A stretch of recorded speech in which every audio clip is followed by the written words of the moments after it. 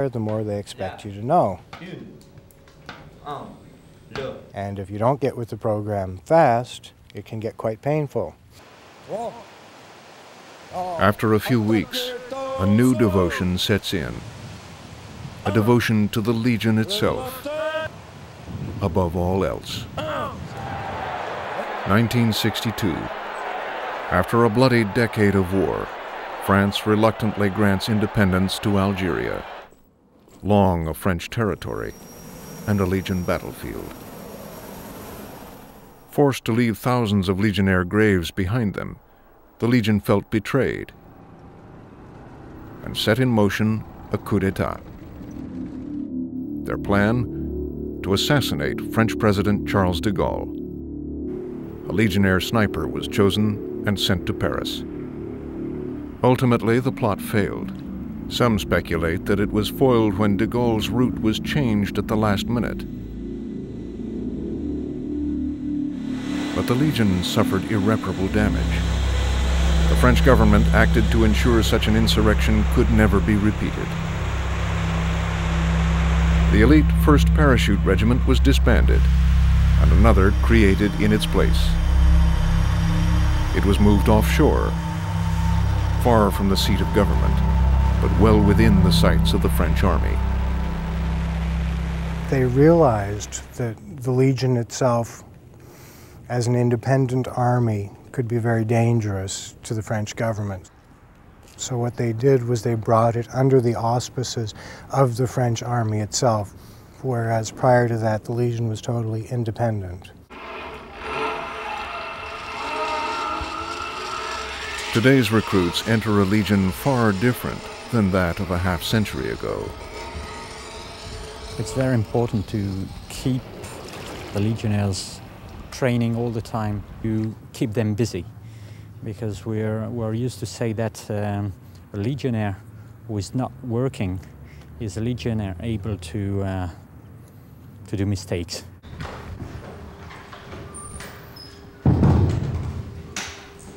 Discipline, dedication, and loyalty are the order of the day.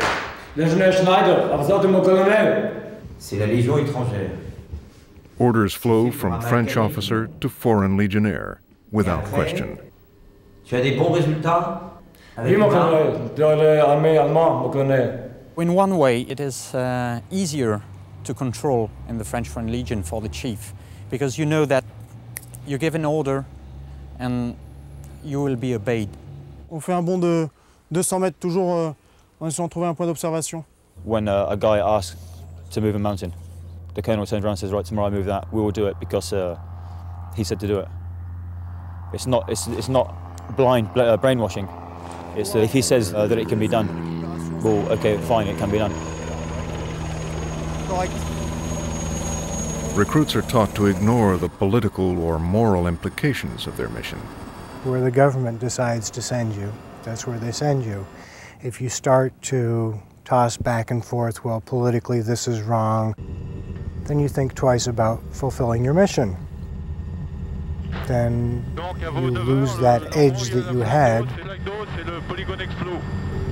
They are looking for a family, they are looking for a place where they have a specific job, where they get orders, where they don't have to think, where they just have to obey.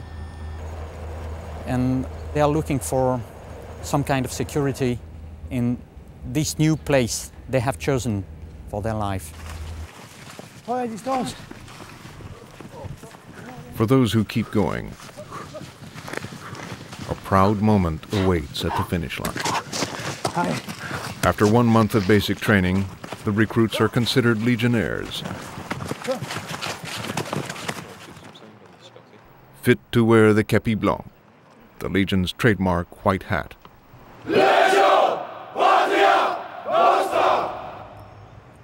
It's a proud feeling when you put on the white hat, and it's an exclusive club, very exclusive club. Very few people wear them. Nous promettons de servir avec honneur et fidélité. Once you become a Legionnaire after that 1 month period of time, then the training really starts. Then they can get tough because you've shown you can make it through that first bit of training and the basic indoctrination. Beyond that, then they have to teach you everything that's involved in being a legionnaire from day to day.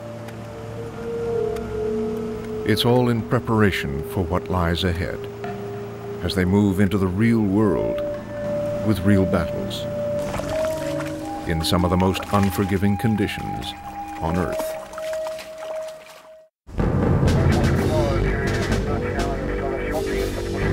For almost 2 centuries, the desert has been a battleground for the French Foreign Legion. Chad, Tunisia, Morocco, the great garrisons of the African dunes.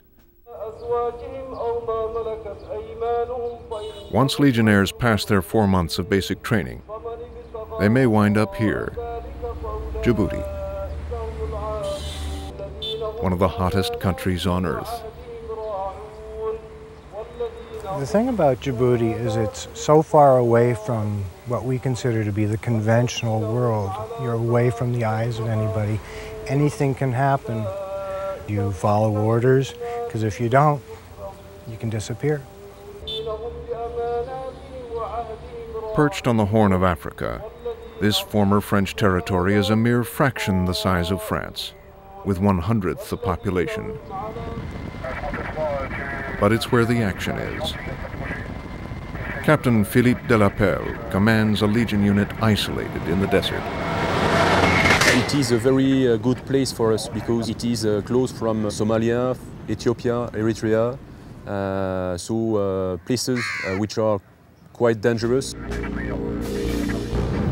The Legion has come at the request of the Djibouti government to guard the borders and thwart terrorists looking for a new home. 11, 12, 13 en avant. Direction, plein ouest, pointe à atteindre, entrée ouest de Tadjoura. Itinéraire. It's difficult, dangerous work. Out here they have a saying. 12, 12, ici 10, parlez. Only 3 things can live in this desert: snakes, scorpions, and French legionnaires. To learn how to survive in these extreme conditions, new legionnaires hit the beach at Arta Plage, the desert training center, home to the Legion's 1-month graduate course of the sands. I think training in the desert is very important for us. The French soldiers are numerous in Africa, and we have to know the specific conditions of fighting in desert. It's a very good school for us to be here in Djibouti. Allez, suivant. Allez, pas d'école. Rien. Voilà derrière. Rien. Pas d'école. Rien. Gauche droite. Gauche droite. Early each morning, legionnaires like Wolf Dren awake for desert commando training. Gauche droite. Gauche droite. Coup de boule. I'm expecting a physical effort. I want to find out how much I'm capable, mentally and physically. And of course I'm searching of adventure. Even at 6 a.m., the mercury climbs above 100 degrees.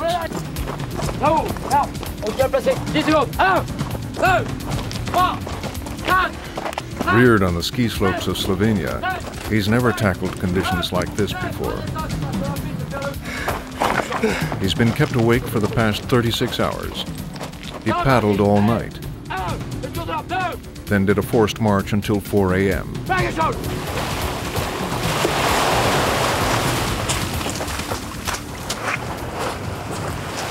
It's difficult to prepare for a challenge like this. It's one time, it's the last, I hope. Legionnaires pride themselves on their camaraderie, but they also learn to function as an army of one. Like all elite units, they master hand-to-hand combat, using whatever's available.